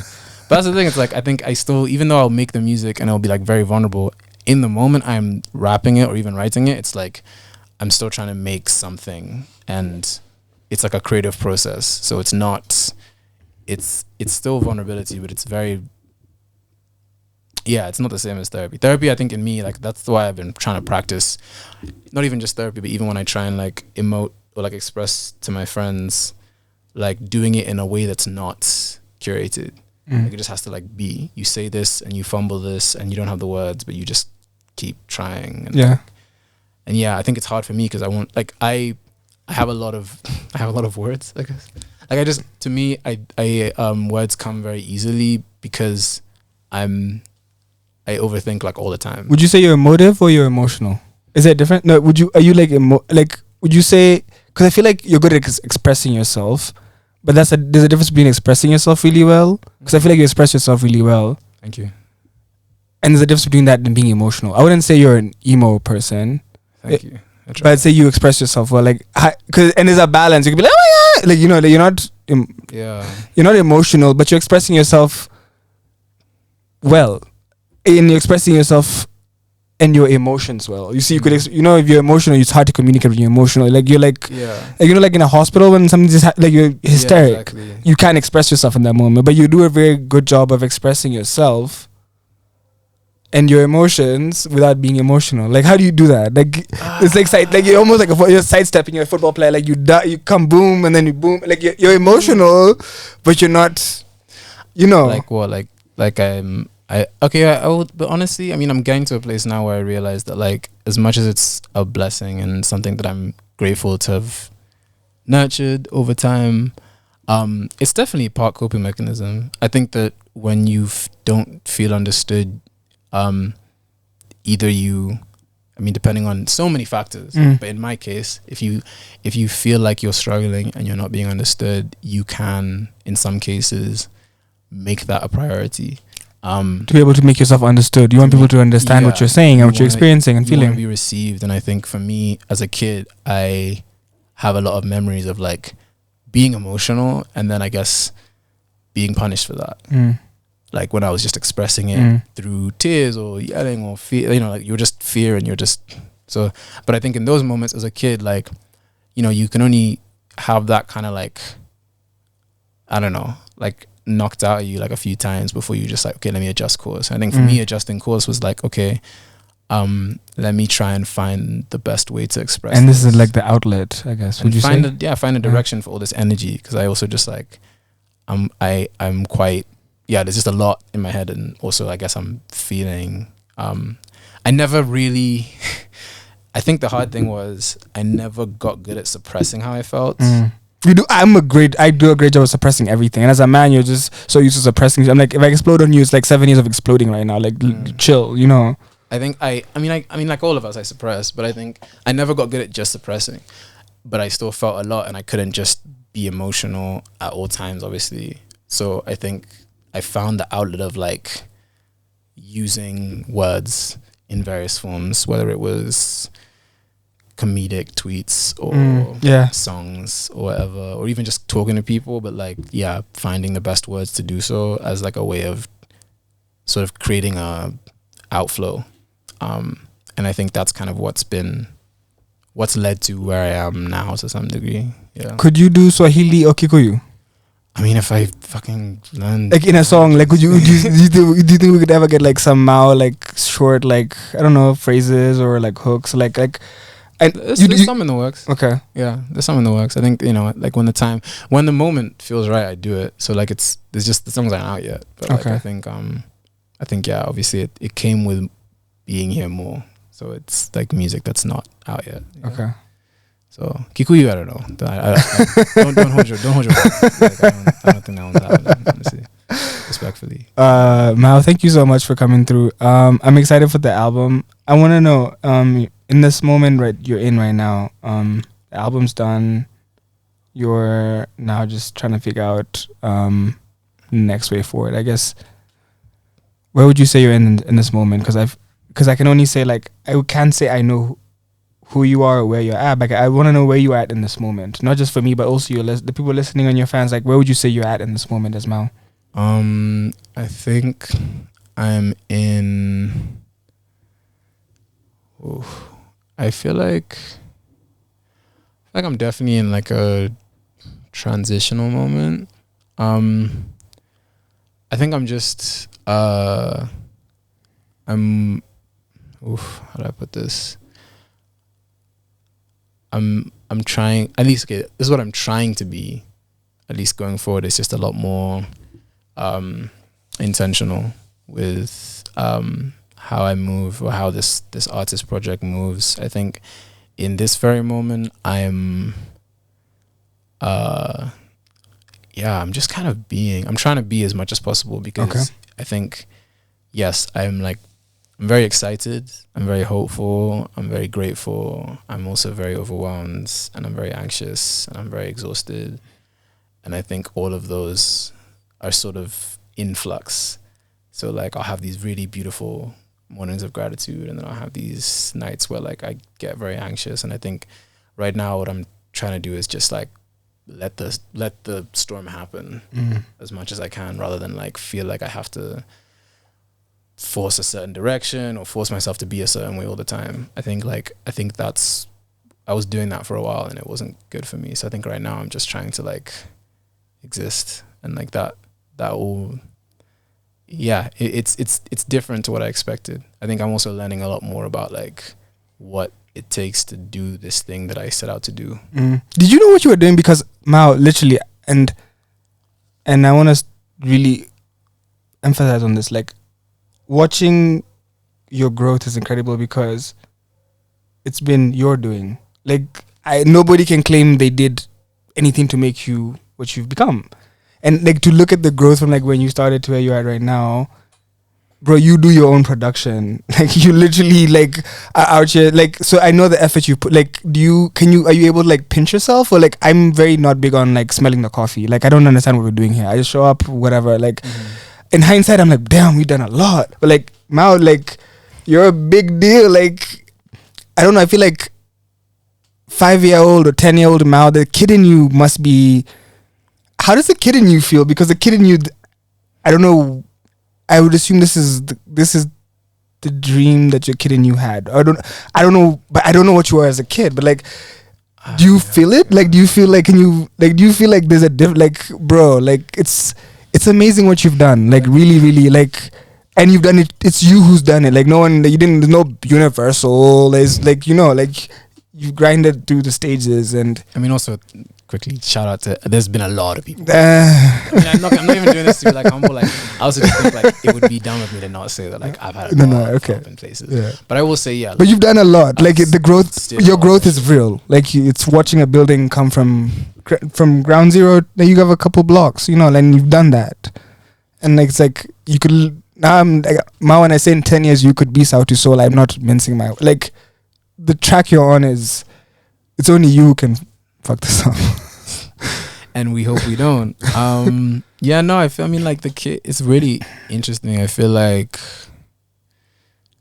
my younger self, I'll be so real with you. If you would, like 5-year-old me did not want to be a musician. 10-year-old me did not want to be, 18-year-old me did not want to be a musician. I feel like I don't know if 27-year-old me will want to be a musician. I think I'm very much, I think what I appreciate or what my younger self appreciates is two things. Like knowing that like, I guess I have the ability and the knowledge and the help and resources to be able to like actualize ideas that like were once in my head and didn't make sense to people and now they can. But also I think just having the language to express yourself is like such a privilege. And like I didn't have that when I was a kid. I didn't understand as much of myself and have the room to do so. So I think that's something that I'm just like I'm most grateful for, honestly, is like it seems like I can maybe have a career understanding myself or like feeling understood, I guess. Yeah. Like, and I mean that's gonna change. And I feel like, but like yeah, I feel like music just helps me feel like sane and like I'm not. I feel like the interesting things like people don't judge Mao, and it's like because you give them you and they don't judge you. Maybe they do. I don't know, but Dick, I don't know. No, I mean people are very kind. But I also think I'm not trying to be jaded, but I think I'm definitely learning to let the love in, whether that's from random people or friends or etc. But I also think like it's very. I think it's just dangerous, it's a slippery slope when your art starts to become a measure of your self-love or self-worth. Or, I mean, it's inevitable that part of it will be attached to that, but I just think that like that's why I do try and emphasize more of the inward than the what's coming from outside. But yeah, I mean, there's definitely like it's definitely been way better received than I thought it would be, and I think that's been.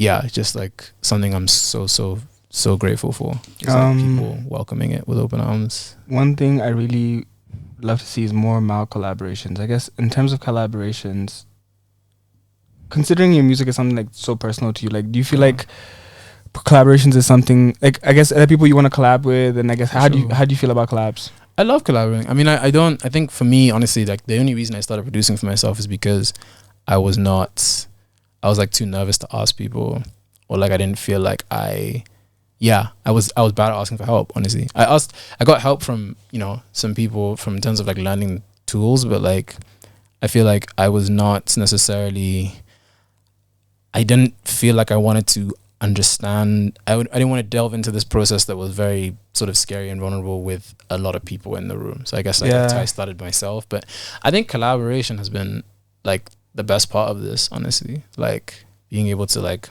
sorry, mosquito. Sorry. Being able to like meet different people and like, sort of like share a mind, share that space together that like is very special and like sacred. I think has been like one of the best parts of this. And then the people I've met, like so many of the best people in my life right now have come through collaboration and music. So What did you tell 2020 Mao?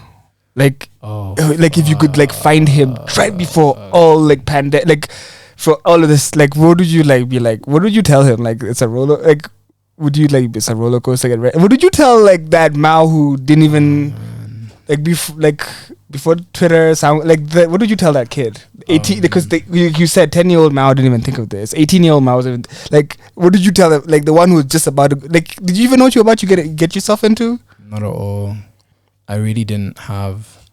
I'm not much of a planner, and I think I like to kind of follow the internal compass, which can kind of fuck you over sometimes. But it's also that's how I be. I'm like adulting has also been a large part of being an adult now is being like, okay, I actually have to have like a plan for the next year. You have to.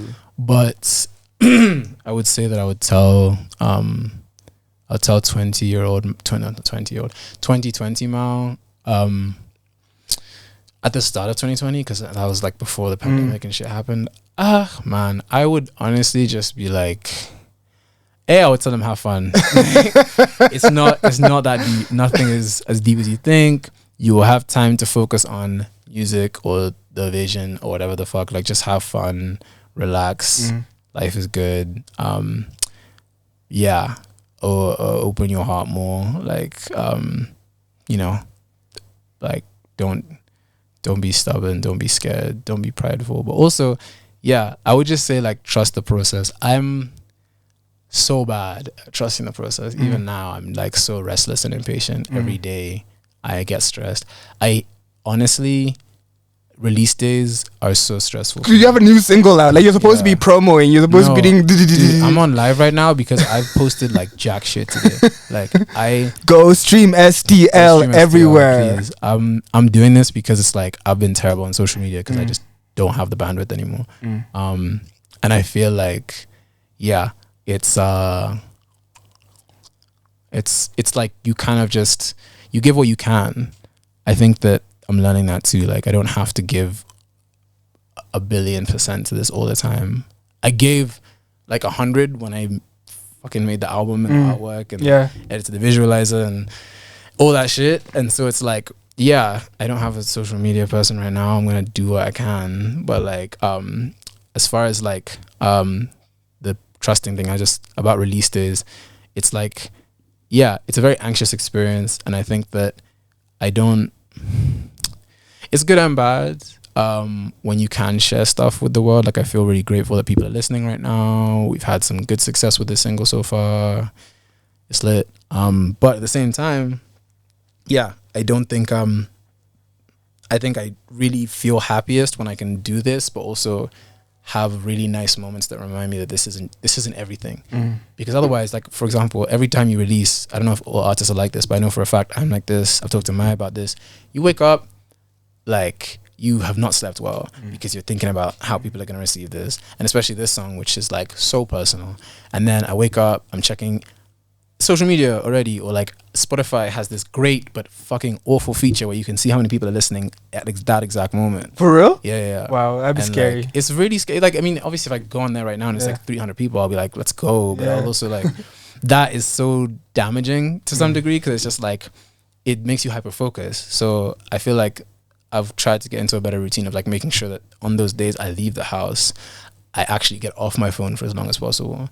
And like today I had a really lovely day where like I had coffee with some friends and like I was out of my usual environment, and I feel like that kind of stuff was great because I just got to like forget for a second that like this is, like right now, it seems weird to say it like this, but it's like right now like your innermost feelings are being like quantified and put into, like calculated into like a small sum of money that you will eventually get maybe in the future. I don't know. So I think it's like, it's nice to get out of that space and like remind yourself that like life is more than that, and life is in the moment now. And Yeah. So my final question for you, Mal. Mhm. I remember I was listening to the interview we did last time, and I was cringing because I was really like, Mao needs to make movies. I was telling you what to do almost. And I'm glad you didn't listen to me because I love what you've done for yourself and what you've been doing. I'm a huge fan, and I'm rooting for you. But I'm curious, not me yelling at you and telling you what to do, but I guess what's next? Like, and I know you're not the planning guy, but like Even slightly. the album's coming out. Where do you must have some expectation. I guess what do you want next for Mao? I feel like Mao is in a good place where you could take this anywhere. Honestly, what I would love most going forward is just wait, hang on. I think I fucked up the line. Sorry. It's okay. Honestly, it doesn't matter. It's all gonna be over soon. Yeah, I feel like what do I want the most? Jesus. Yeah. Because I people do not have a master plan. Okay. I do not have a grand vision. I kind of wish I did sometimes, but also that sounds stressful. I feel like honestly, what I want most, what I hope this album gives me, is like room to figure it out.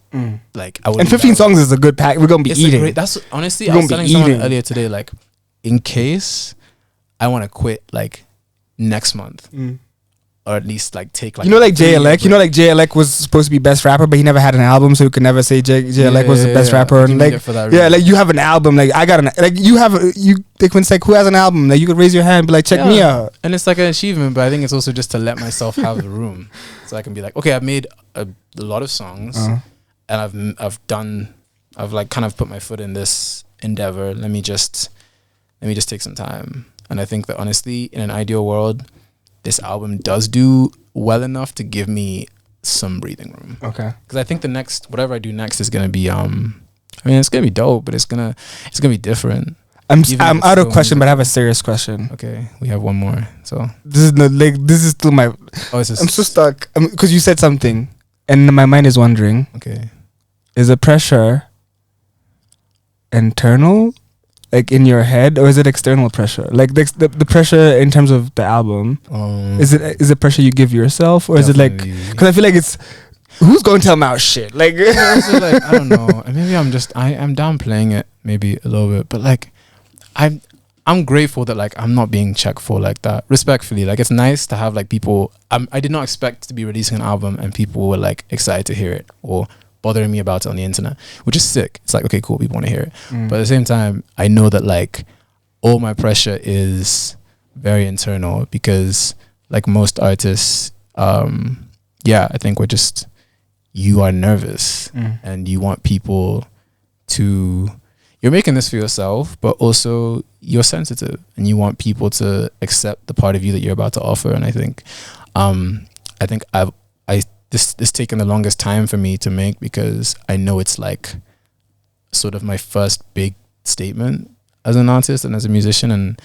And so I know it comes with that fear of like, okay, I just said something big and messy and vulnerable and I don't know if people are going to like it or if they're going to like me. And that I think is like where a lot of the pressure comes from because you want it to be perfect. But it's not going to be perfect. Yeah. So, yeah. What's the reaction been of the people who've heard it? Because I'm sure there's people who've heard it. Oh yeah. So yeah. what's their? Because I mean, what's their reaction been like? Because I feel like that's interesting too. I mean, it's mostly been like friends or like people who worked on it or like people who helped me make like the artwork or stuff like that. I feel like it's been mad kind. Yeah, people have just been like have responded to it very well. I tried to share a lot of it with like my like musical contemporaries around. I mean, everywhere, like in Nairobi, but just in general. Like once it was done, I was just like, okay, I think I want people to hear it.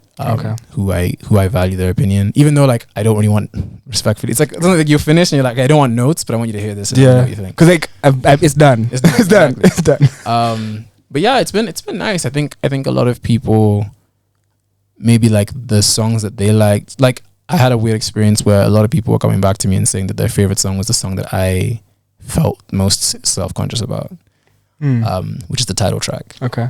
And I really was nervous about that song. And I felt like it was so messy and like not put together well. And then most of the friends I played it to were like, that's my favorite song. And I was like, fuck, okay. Like, and that's to me also nice because it's like, okay, now you can have your opinion of this outside of me, which is cool. Which is dope. Yeah. I'm excited. Thank you. April 14th, 2023. Yes. The universe is holding You. Yes. Mao, I want to say thank you very, very much for coming through. You're a busy man, and I appreciate you for being patient with me as I extended my time. I was done like 20 minutes ago, but we were having a good time. So I hope you were having a good time. I was having a great time. I'm excited. I'm loving the journey that you're experiencing, and I'm learning from you as well in the sense of there's no pressure. I put a lot of pressure on myself as well, and I'm like, you're like, there's a need for us to be exerting less pressure on ourselves and more kindness. You know, like the same kindness that we show other people, I feel like we need to show ourselves. Yeah, I agree. Definitely. Thank you. Yeah. I'm happy to hear it. That's Yeah. all. That, like, Please keep winning. try. We're gonna keep supporting. I'm gonna wait for the album. I wanna hear all of it and digest all of it. But I hope that my wish for you is that you explore everything that's out there for you. And I feel like it's not one thing. I feel like you're so gifted, whether it's in music, whether it's production, whether it's just being artistic. I feel like there's so many things you could do. And we're going to love you and respect you wherever you do. We're claiming you from Kenya sometimes, but you can be from nowhere all the other times. I come from here. But yeah, I hear you. Please, you know the other Kamau? Do you know the other Kamau? Yeah. Who's not really, we can't claim him. Yeah, no. You're our only Kamau. He's very not Kenyan. He's not Kenyan at all. But he's been here before. Yeah, no. I Yeah. mean, I met him in New York randomly. And I was just like, "Are you Kenyan?" And he was like, "No." Apparently, just like the name. Wow. Alright, guys. He's the reason I couldn't be Kamau on Spotify, but I'm glad because It's better this way, right? Yeah. Alright, guys. Mao has a new single. It's out everywhere. It's called SDL. Somebody to Love, featuring Maya Amolo. Available everywhere. The album's dropping 14th April 2023. So it's gonna be out really, really soon. Yes. Is there a pre-order link yet, or just gonna have to wait for soon, that? Very soon. Pre-order will be available. There's another single coming out, so stay tuned. Dope. Alright, guys. This is 254 Express, Radio 254. Let's get it. Ever since